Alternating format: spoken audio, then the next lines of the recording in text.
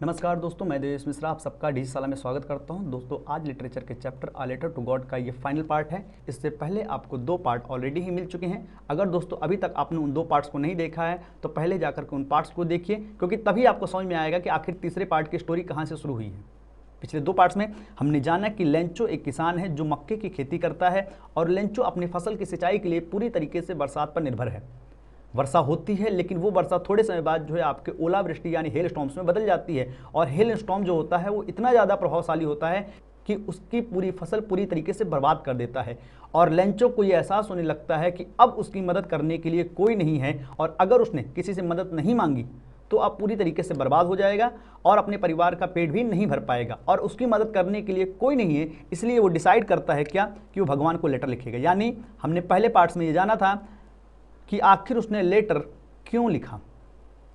उसके बाद जब वो लेटर लिखता है तो लेटर के अंतर्गत वो कुछ बातें बताता है, यानी हमने सेकंड पार्ट में जाना है कि उसने लेटर में क्या बताया। देखिए दोस्तों, अगर शॉर्ट में बताइए तो लेंचो ने अपने लेटर में लिखा था कि भगवान आप जानते हो कि ओलावृष्टि ने मेरी फसल पूरी तरीके से बर्बाद कर दी है, और अगर आप चाहते हो कि हमारा परिवार भूखा ना मरे और मैं अगले फसल का उत्पादन कर सकूँ, इसके लिए मुझे 100 पेसोस दे दो। याद रखिएगा, पैसे नहीं है, पेसोस है। जहाँ की ये कहानी है वहाँ आपका क्या है, वहाँ जो मुद्रा चलती है वो मुद्रा है पेसोस। तो भगवान से डिमांड करता है कि मुझे 100 पेसोस दे दो। और सेकंड पार्ट की स्टोरी जब खत्म होती है तो उसके बाद लेंचो अपने लेटर को ले जाकर के पोस्ट ऑफिस में डिलीवर कर देता है, यानी मेल कर देता है। और पोस्ट ऑफिस का जो पोस्टमैन होता है वो लेटर को देख करके पहले वो खुद हंसता है, फिर वो अपने जो है हेड यानी पोस्ट मास्टर के पास लेकर के जाता है। पोस्ट मास्टर भी उस लेटर को देख करके बहुत हंसता है, लेकिन बाद में उसे रियलाइज़ होता है और वो कहता भी है कि कितना गजब का विश्वास इस व्यक्ति का, ये अपनी समस्या में भगवान को शामिल कर रहा है। काश मेरे अंदर भी इतना ही ज़्यादा फेथ होता भगवान के प्रति, ताकि मैं भी भगवान से अपनी समस्या के लिए बात कर सकता था। तो ये हमने पहले और सेकंड पार्ट में हमने जाना। अब इस पार्ट में हम लोग जानेंगे कि आखिर इसके आगे क्या हुआ। तो चलिए दोस्तों हम लोग लेक्चर की ओर आगे बढ़ते हैं। So in order not to shake the writer's faith in God. So in order not to shake. Shake मतलब वैसे तो होता है हिलना या हिलाना, लेकिन यहाँ पर मतलब होता है डगमगाना। डगमगाना क्या कह रहा है? So in order not to shake the writer's faith. Faith मतलब होता है विश्वास। तो आपका क्या कह रहा है, इसलिए जो राइटर का जो विश्वास है किसमें, भगवान में, वो डगमगा ना जाए। इन ऑर्डर नॉट टू मतलब नहीं, यानी आपका राइटर का जो विश्वास है भगवान में वो डगमगा ना जाए। The post master came up with an idea. जो पोस्ट मास्टर था, केम अप का होता है मतलब होता है केम अप विद, यानी ये विचार करना है, यानी ये सोचना। इसको हम लिख सकते हैं सोचना। क्या कह रहा है ये कि the post master came up with an idea. Post master ने एक आइडिया सोचा, आंसर द लेटर। क्या सोचा कि आंसर द लेटर, ये जो भी लेटर है इसका हम लोग जवाब देंगे। But when he open it यहां यूज हुआ है लेटर के लिए, लेकिन जब उसने लेटर को खोला, it was evident that to answer it he needed something more than goodwill, ink and paper. क्या कह रहा है, इट वॉज एविडेंट। एविडेंट का मतलब वैसे तो सबूत होता है, लेकिन यहां मतलब है जरूरी। एविडेंट का मतलब क्या है, जरूरी। तो इट वॉज एविडेंट कि अभी जरूरी हो गया है, डैट टू आंसर इट कि इसका जवाब देने के लिए, ही नीडेड मतलब होता है जरूरत होना, कि उसे जरूरत पड़ेगी something more than goodwill, ink and paper. Goodwill मतलब होता है आपकी अच्छी नीयत। क्या कह रहा है कि आपका समथिंग मोर देन यानी कुछ और ज्यादा, गुडविल, इंक एंड पेपर यानी आपकी अच्छी सोच, पेपर और इंक के अलावा कुछ एक्स्ट्रा चीज की जरूरत होगी। यानी इस पूरे का मतलब है कि but when he opened it, जब उसने खोला, इट वॉज एविडेंट दैट, तब ये जरूरी हो गया कि टू आंसर इट कि इसका जवाब देने के लिए, he needed something more than goodwill, ink and paper, कि उसे अच्छी सोच, इंक और पेपर के अलावा कुछ और चीजों की भी जरूरत पड़ेगी। और एक्स्ट्रा चीज क्या है, वो एक्स्ट्रा चीज है 100 पेसोस। अभी तक इसको लग रहा था कि इस लेटर में हो सकता है आपके राइटर ने कुछ अपने सवाल, कुछ अपनी प्रॉब्लम्स बताई हूं, और उस प्रॉब्लम का सॉल्यूशन इसको जो है आप लिख करके देना होगा। लेकिन जब इसने लेटर को खोला तब इसको पता चला कि केवल अच्छी सोच या फिर इंक और पेपर से काम नहीं चलेगा, बल्कि जरूरत क्या पड़ेगी, 100 पेसोस की भी जरूरत पड़ेगी। But he stuck to his resolution. Stuck मतलब होता है अड़े रहना, ठीक है। स्टक मतलब होता है अड़े रहना। हिज रेजोल्यूशन, रेजोल्यूशन मतलब होता है निर्णय, ठीक है। तो वो अपने क्या कर रहा है, ही स्टक टू हिज रेजोल्यूशन, वो अपने निर्णय पर जो है अडिग रहा।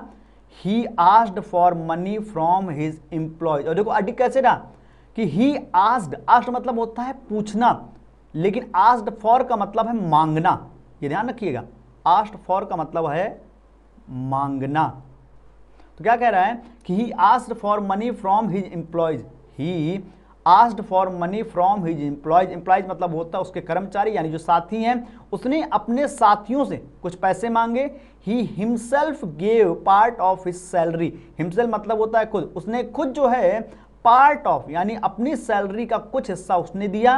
And several friends of his were obliged to give something for an act of charity, and several मतलब होता है कुछ, और उसके कुछ दोस्त जो थे वर obliged, obliged मतलब होता है आपका जो है वो खुशी महसूस करना, ठीक है, या आपका कृपा पात्र होना, to give something, इस बात को लेकर के खुश थे कि उन्हें कुछ देने, गिव मतलब होता है देना, उन्हें कुछ देने को मिल रहा, वो भी किस नाम पे, for an act of charity, कि वो दान के नाम पे कुछ दे रहे हैं।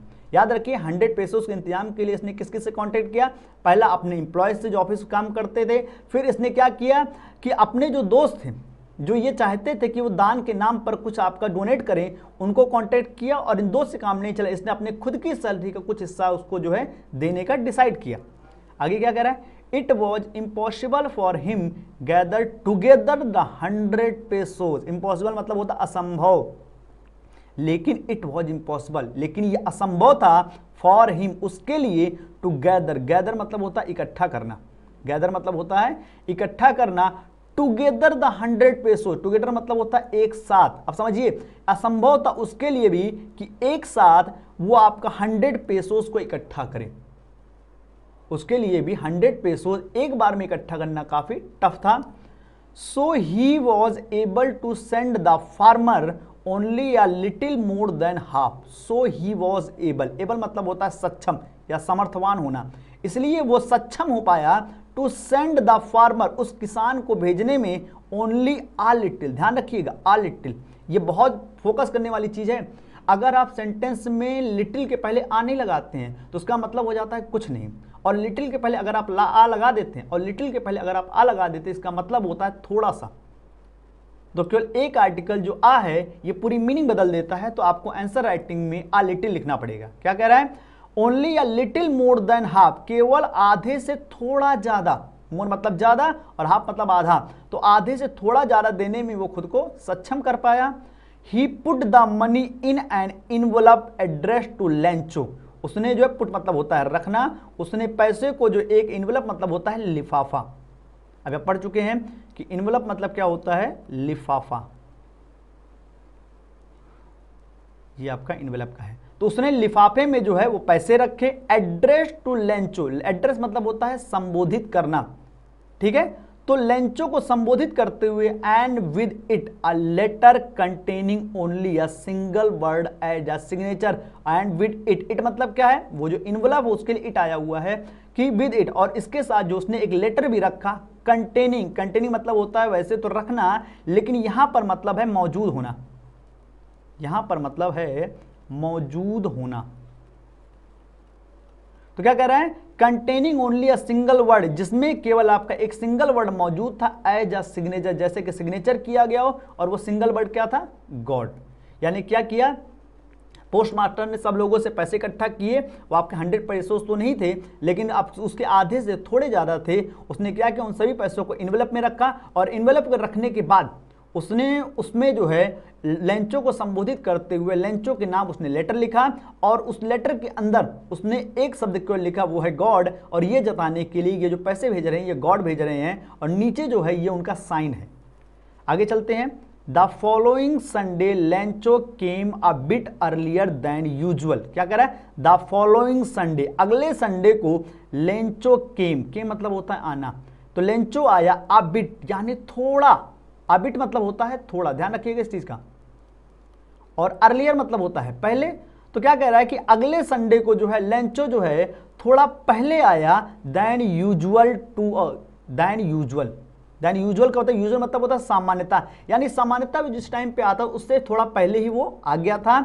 टू आस्क इफ, ये पूछने के लिए, आस्क मतलब होता है पूछना, कि there was a letter for him, कि क्या उसके लिए कोई लेटर मौजूद है, क्या उसके लिए कोई आपका जो है लेटर आया हुआ है। It was the postman himself who handed the letter to him. क्या कह रहा है, इट वॉज द पोस्टमैन, और ये पोस्टमैन खुद था। देखिए पोस्टमैन खुद दे रहा है लेटर, ये पोस्टमैन खुद था। Who handed the letter to him, जिसने उसे जो है वो लेटर अपने हाथों से दिया। हैंडेड मतलब होता है सौंपना, जिसने उस लेटर उसको अपने हाथों से सौंपा। वाइल द पोस्ट मास्टर, जबकि पोस्ट मास्टर जो था, देखिए आपका सिंगल इन्वर्टेड कॉमा में लिखा हुआ है कि experiencing the contentment of a man who has performed a good deed. ये पूरा आपका बताया गया पोस्ट मास्टर के बारे में, इसलिए कॉमा के बगल में रखा गया है, ठीक है, तो इसलिए कॉमा के बीच में इसको रखा गया है। तो क्या कह रहा है कि वाइल द पोस्ट मास्टर, जबकि पोस्ट मास्टर एक्सपीरियंसिंग मतलब होता है महसूस करना, द कंटेनमेंट, कंटेनमेंट मतलब होता है संतुष्टि या संतोष, इसको लिख सकते हैं। कंटेंटमेंट मतलब होता है संतुष्टि, ठीक है। तो क्या कह रहा है कि पोस्ट मास्टर जो है वो संतुष्टि महसूस कर रहा था। Who has performed a good deed, deed मतलब होता है काम, जिसने एक अच्छा काम किया था और वो looked on from his office, वो अपने ऑफिस से देख रहा था। यानी क्या कह रहा है कि जब पोस्ट मास्टर ने इसको लेटर दिया, तब जब पोस्टमैन ने इसको अपने हाथों से लेटर दिया, तो समय जो पोस्ट मास्टर था, जो अपने ऑफिस में बैठ करके ये सुकून महसूस कर रहा था कि उसने कोई अच्छा काम किया है। Looked on from his office, वो जो आपका जो है अपने ऑफिस से जो है देख रहा था। भले यहाँ पे नहीं बताया गया, लेकिन इसका मतलब क्या है कि वो देख किसको रहा था, लेंचो को, कि जब वो पैसे को पाएगा तो उसका एक्सप्रेशन कैसा होगा। Lencho showed not the slightest surprise on seeing the money. Slightest मतलब है थोड़ा सा भी, स्लाइटेस्ट मतलब है थोड़ा सा भी। तो लेंचो शोड, शोड मतलब होता है दिखाना, और नॉट है तो नहीं। लेंचो ने कुछ भी नहीं दिखाया, द स्लाइटेस्ट सरप्राइज, यानी थोड़ा सा भी, यानी लेंचो ने थोड़ा सा भी अपना जो है आश्चर्य भाव प्रकट नहीं किया। ऑन सीइंग द मनी, पैसों को देख कर, यानी पैसों को देख करके लेंचो को बिल्कुल आश्चर्य नहीं हुआ। सच वॉज हिज कॉन्फिडेंस, कॉन्फिडेंस मतलब होता है विश्वास, क्योंकि वो उसका खुद का विश्वास था कि पैसे तो भगवान भेजेंगे ही। But he became angry when he counted the money, लेकिन वो बहुत गुस्सा हो गया। एंग्री मतलब होता है गुस्सा होना। When he counted the money, counted मतलब होता है गिनना, जब उसने पैसों को गिना।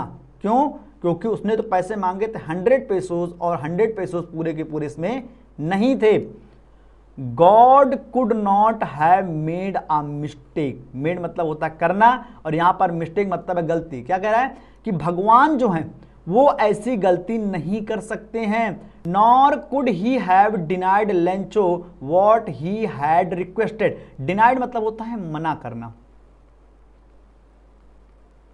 और ना ही ही हैव डिनाइड, वो मना कर सकते थे लेंचो, लेंचो को व्हाट ही हैड रिक्वेस्टेड, जिसकी उसने रिक्वेस्ट करी थी। देखिए क्या सोच रहा है वो, जब उसने पैसे गिने उसके दिमाग में दो ख्याल आए। पहला कि भगवान कभी भी ऐसी गलती नहीं कर सकते, और दूसरा ख्याल आया कि भगवान कभी भी लेंचो की जो डिमांड उसको पूरा करने से मना नहीं कर सकते, जो भी उसने रिक्वेस्ट करी है।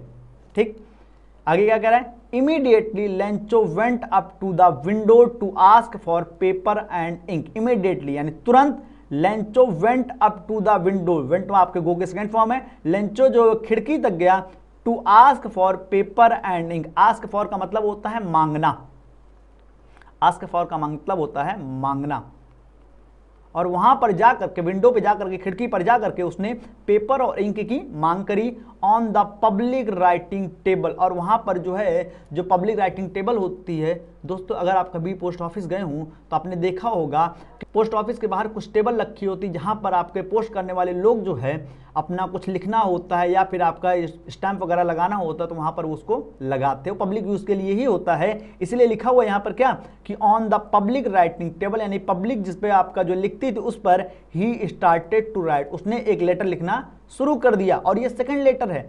With much wrinkling of his bro, wrinkling मतलब होता है सिकोड़ना। जब आप जानते हैं जब इंसान गुस्से में होता है या आपका जो है बहुत ज्यादा क्रोधित होता है तो उसकी भौहें जो सिकुड़ने लगती है, कभी ऊपर जाती है कभी नीचे जाती हैं। तो कह रहा है कि with much wrinkling of his bro, bro मतलब होता है भौहें, जो आपकी आईब्रोज होती हैं उसी का शॉर्ट फॉर्म क्या है, ब्रो। तो क्या कह रहा है कि बहुत ज्यादा अपनी भौहों को वो सिकोड़ रहा था। कॉज्ड बाई द एफर्ट, और कारण क्या था, the effort he had to make to express, अपना वो प्रयास जिसे वो दर्शाना चाहता था, एक्सप्रेस मतलब होता है दर्शाना, हिज आइडियाज, अपने आइडियाज को, यानी जिस हिसाब से वो लेटर में अपनी भावनाएं लिख रहा था उसी भावना के अनुसार अपनी भावों को ऊपर नीचे आपका जो है करता जा रहा था, अपनी भावों को सिकोड़ता जा रहा था। When he finished, और जब उसने खत्म किया, he went to the window to buy a stamp, तब वो खिड़की के पास गया to buy a stamp, ताकि वहां पर एक जो है आपका स्टैम्प खरीद सके, आप कह सकते हैं टिकट खरीद सके, which he licked and then affixed to the envelope with a blow of his fist। Licked मतलब होता है चाटना, जहां पर उसने उसे चाटा, एंड देन अफिक्स, अफिक्स मतलब होता है चिपकाना, और फिर उसको जो है चिपका दिया, क्या लिखा हुआ आगे, टू द इनवलप, उस लिफाफे पर, with a blow of fist, fist मतलब होता है मुक्का, फिस्ट मतलब होता है मुक्का, एंड ब्लो, ब्लो का मतलब होता है मारना। यानी क्या हुआ, इसने लेटर लिखा, लेटर लिखने के बाद वहां पर अपना जो है ऑफिस के पास गया, वहां पर आप विंडो के पास गया, विंडो से उसने एक टिकट खुले, टिकट लेने जाने पर उसने उसको जो है क्या किया, लिख किया, लिख करने के बाद उसको जो है उसने जो है उस पर चिपकाया, चिपकाने पर उसने जो है एक मुट्ठा मार करके, एक जो है अपनी फिस्ट मार करके, मुक्का मार करके उसने जो उसको जो है कंफर्म किया, ताकि फोटो आपका जो है ये आपका जो स्टैंप है, ताकि उसने ये मार करके कंफर्म किया ताकि स्टैंप जो है ये चिपक जाए।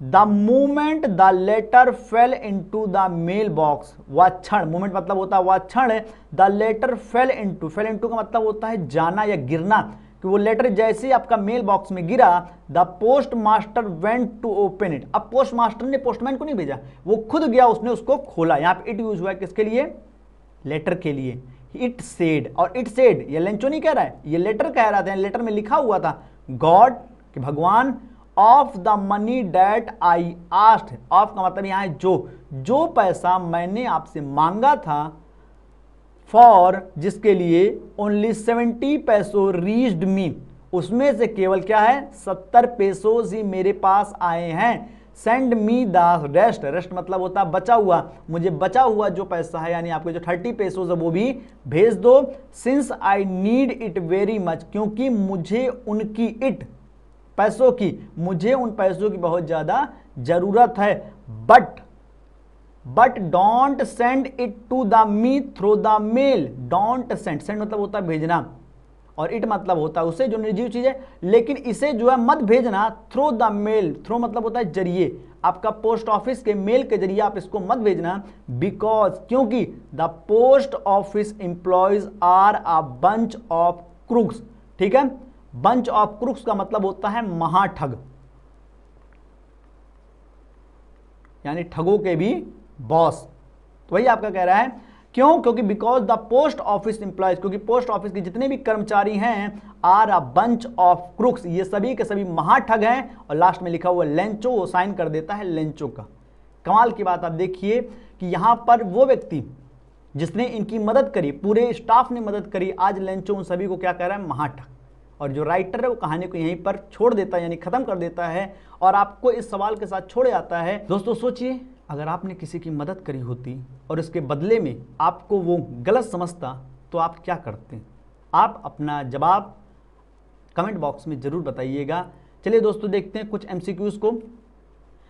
इससे रिलेटेड आपके जो है 3 एमसीक्यूज इस तरीके के सैंपल के तौर पर आपके सामने रखे हुए हैं, इन सभी को आप पढ़िएगा और जो भी आपके करेक्ट आंसर उसको कमेंट बॉक्स में जरूर बताइएगा, और अगर कोई समस्या आती है तो उसको भी आप कमेंट बॉक्स में बताइए, आपकी समस्या का समाधान जरूर किया जाएगा।